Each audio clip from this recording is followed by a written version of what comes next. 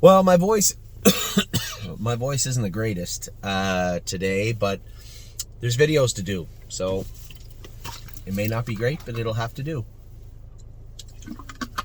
Actually, we have a lot to talk about today. I've done a number of videos all week talking about the horses, excited and happy about what I've seen from the babies, and actually quietly, I guess, a little excited about the horses training back. I trained a number of them on Saturday morning.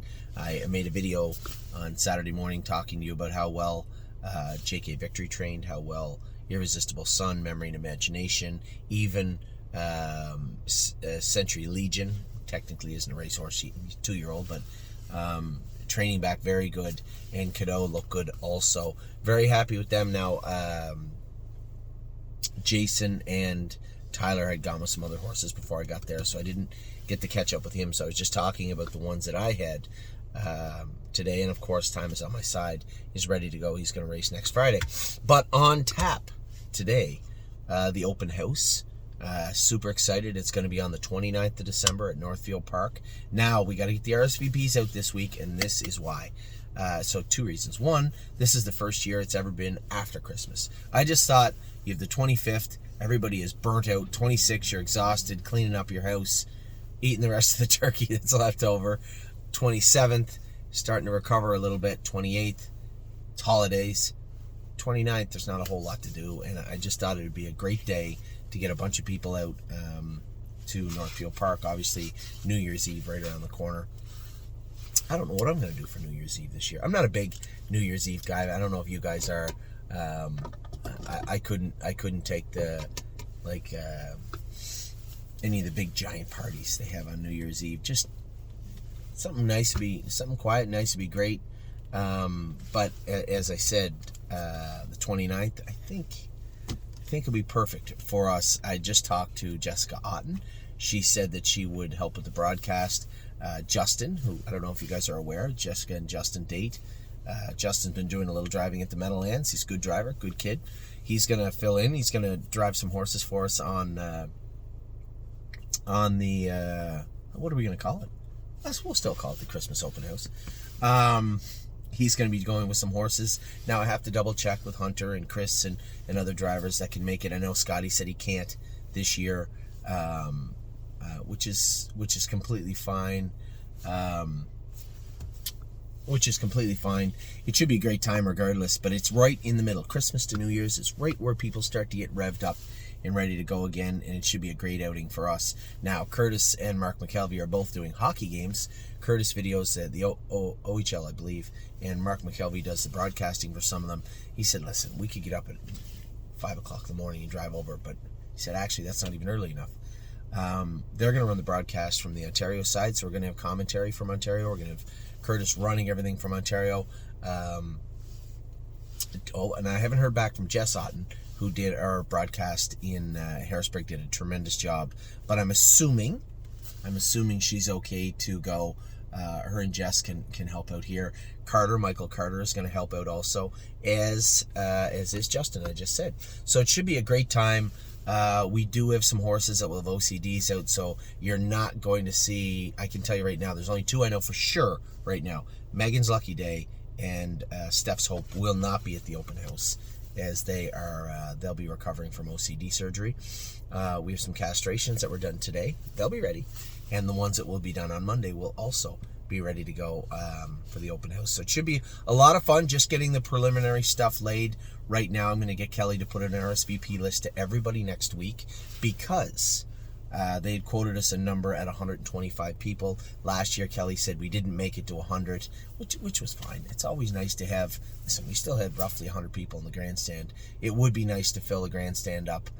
I threaten to every year make this big production in the media and push and push and push. I do have a couple of news stations I want to reach out to this year in particular, and some stuff we want to do. But we want to make sure that our clients, get an opportunity to come out. I don't know whether it's pancakes or food, what kind of food we'll have. But Northfield always does a great job, and their staff is always tremendously helpful also. So it should be a good time. 29th at Northfield Park, December the 29th.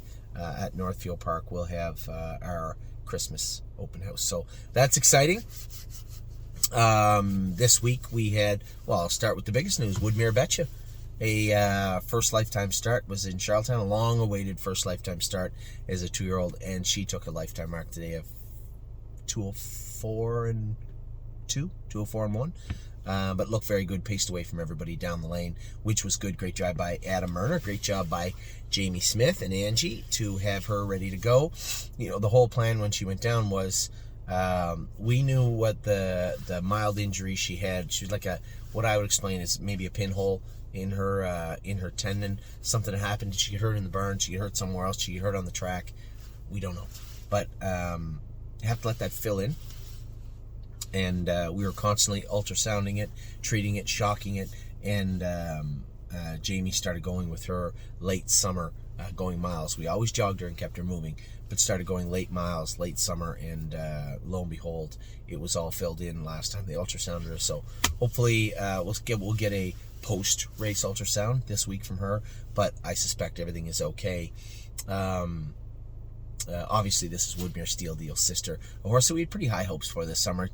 It didn't pan out because she was working through that injury, but at the same time, nice to see her to the races.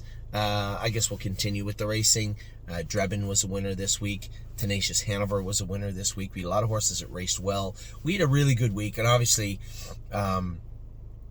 it's fresh in my memory because Drebin was a winner last night. Tenacious Hanover, I was a winner with at the Meadows. Betcha, I just watched win this afternoon. So the first part of the week was kind of ho-hum. But the latter part was certainly strong. Very happy with what I saw from them. As I said, the babies have looked good. I've been very happy. The list of horses I have to go with keeps dwindling and dwindling.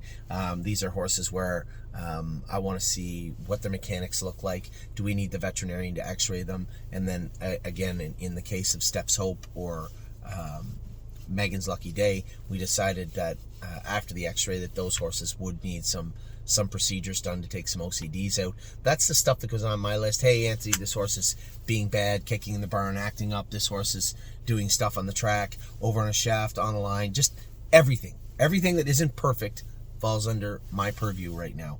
And that list started with like 18, and it's down to like 7 that I continue to go with. But I've been very, very happy with what I've seen with the horses on the track. Very happy, actually. We've been so fortunate this year too. Every year I try to talk about the pedigrees that we have and how deep they are, and every year they appear to get bigger. And although we didn't spend as much money this year, we still ended up with Poppy Rob Hanover's brother and you put me on the spot. I put myself on the spot. Just so many deep out Better's Wishes brother. So many deep pedigrees. Temporal Hanover's brother. I can do this all day. And luckily we can. So a lot of deep pedigrees to look forward to as we head into the spring and into next year. Also our homebreds. So excited about them. I was so happy that Amy's filly looked so good trotting the other day. And you guys probably agreed because she was sold out on Black Friday. That was the first time we had a Black Friday sale, was last week, which was exciting also. Now, I know a lot of people that asked about Trevino on Green, and I was a little cool on him. I certainly don't want to overplay my hand. I certainly don't want to say, oh, this horse is doing great. They have to show me, right? I don't mind telling you that I'm still very interested in Never Lose Felix and what he has to offer moving forward. And we already know about Fire and Shine. You guys scooped up all those shares. I don't have to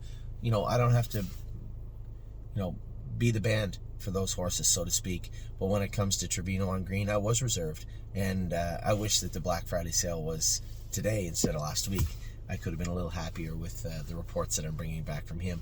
But really excited about the sophomores. We have Trevino trained good today at Northfield Park, getting ever so close to qualifying, and really happy with what I saw from him. And the other thing was, looking back, trying to get a full handle on how much work he is into him. When I come off the track with him in a strong training mile, fastest he's ever trained in his life anywhere, and he couldn't blow a match out. So that's the kind of shape that Trevino's in.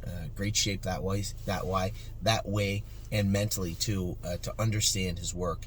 The thing I like is for him, when he gets out of gear, not to get excited, not to get anxious, not to get frustrated or angry.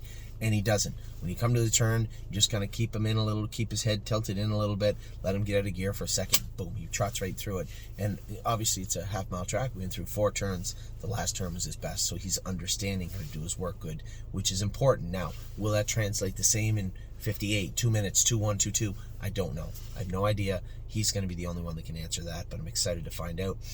Leggy, when I was in Ontario last week, trained good. I felt the way I trained her, now it was cold and windy day, it felt to me like she was a good 2-3 weeks away. So I'll get an update from Harry. We moved a bunch of horses over to Ontario this week too that we'll go through in our videos later on, our 3-year-old videos.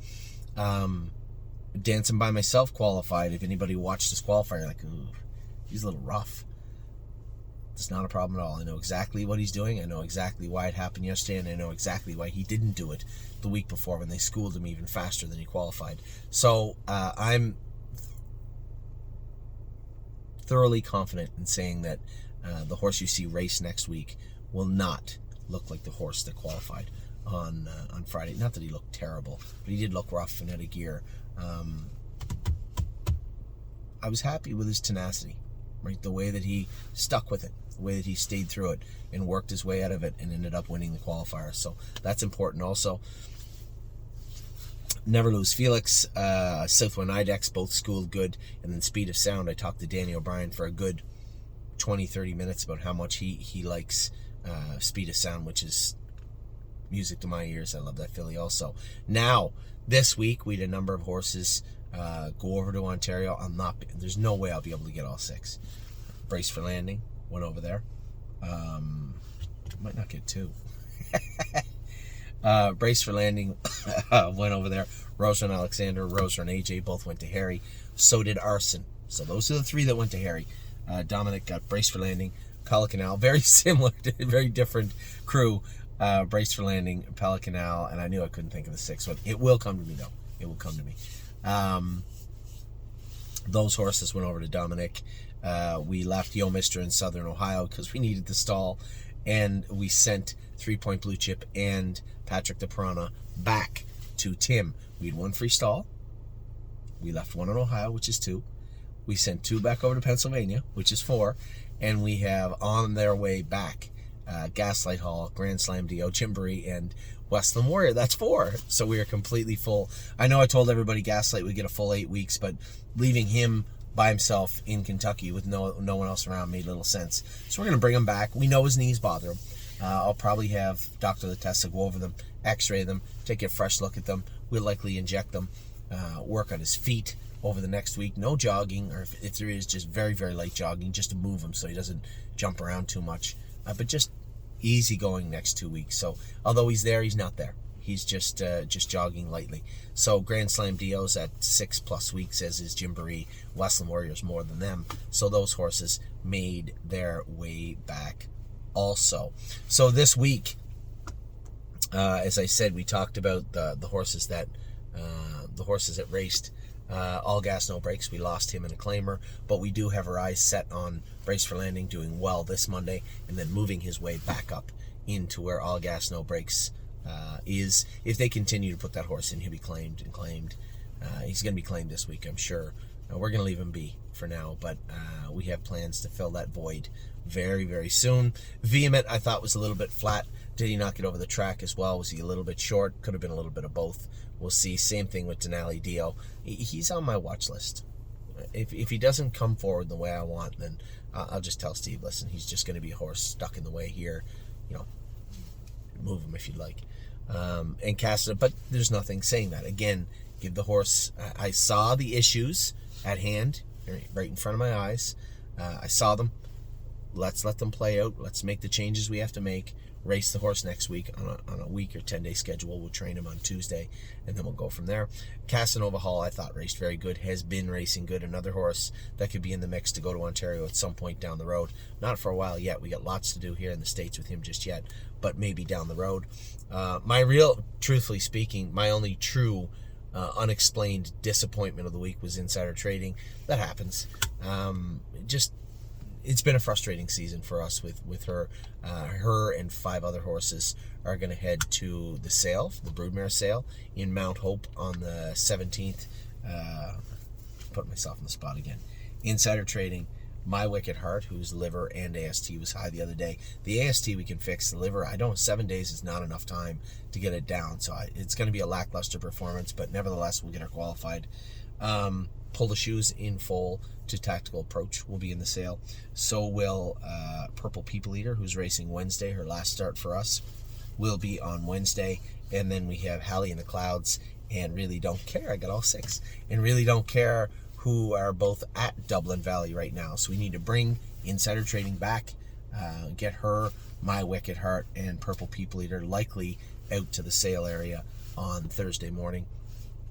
Haley with Dr. Haley Moore is going to have Pull the Shoes shipped up. Now, if you're looking at mares and you're hearing me talk about this, and maybe Pull the Shoes, who's out of a sister to 6-pack, in full the Tactical Approach, if you're interested in that particular mare, what is not listed on the catalog, she is absolutely, she ultrasounded in full last week, and she is dual eligible. That foal is dual eligible. That's why Haley Moore is shipping the horse up from Kentucky. Now, if for the person that buys Pull the Shoes, you need 2 more weeks, she said, in Kentucky. So you'd have to send that horse immediately down to Kentucky to get your last 2 weeks in, and then the foal in her belly will be dual eligible. As far as the other fillies go, I think they'll sell strong. Insider Trading is a sister to JL Cruz. Really Don't Care. Obviously, that's that very, very strong family that she is. That's a Chapter 7 out of a sister to When Doves Cry.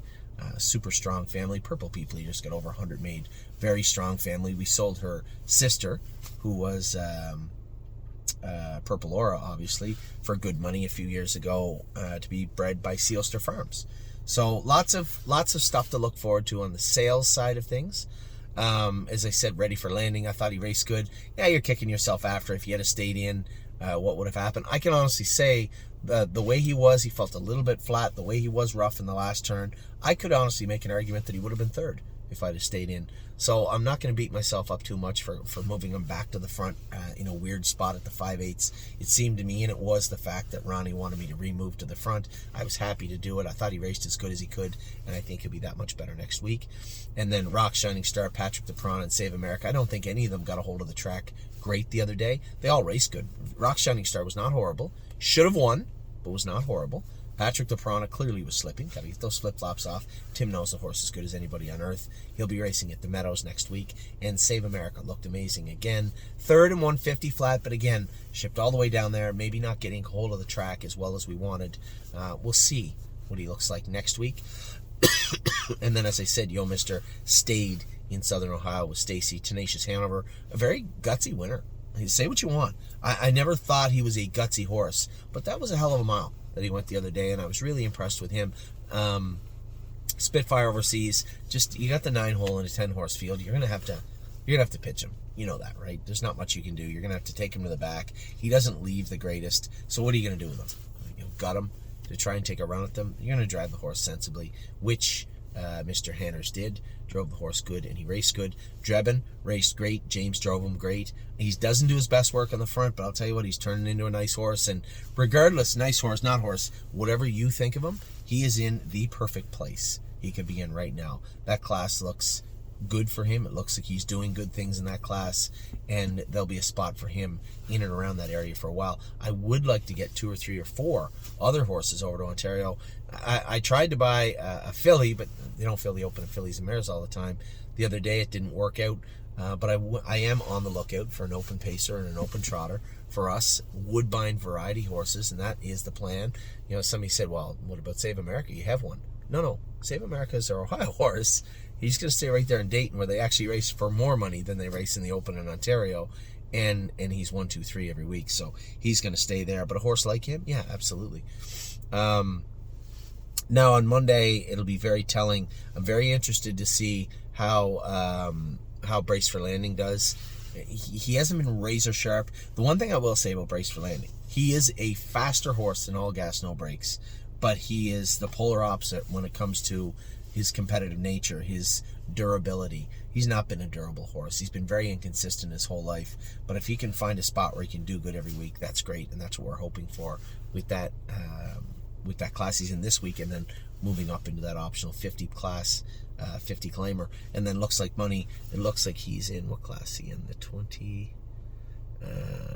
What's the purse? 24,000 class, and he's 3-1. So hopefully we can get some good things done with him this week. Also, keeping an eye on him, and I know we're gonna have people say, Anthony, you just said you want an open trotter. You have one? No, we don't. Looks Like Money is a fringe player in the Open right now, and that is with the 2 best horses on the shelf. I don't think the other horse is going anywhere, right? The Amigo horse, they're not going to turn him out. I highly doubt it. So we need an open trotter for Ontario, and we had one. We wanted one. We still want one. But Looks Like Money is going to be that high-end condition horse that sure he can do in the Open, but is much better in a softer 24,000 class. And that's okay. But can we find an open trotter? I don't know. I'm confident we can before too far into January. They used to have that sale at the Meadowlands in I think it was the end of January, February, and hopefully we can find something in that time frame. But we'll see.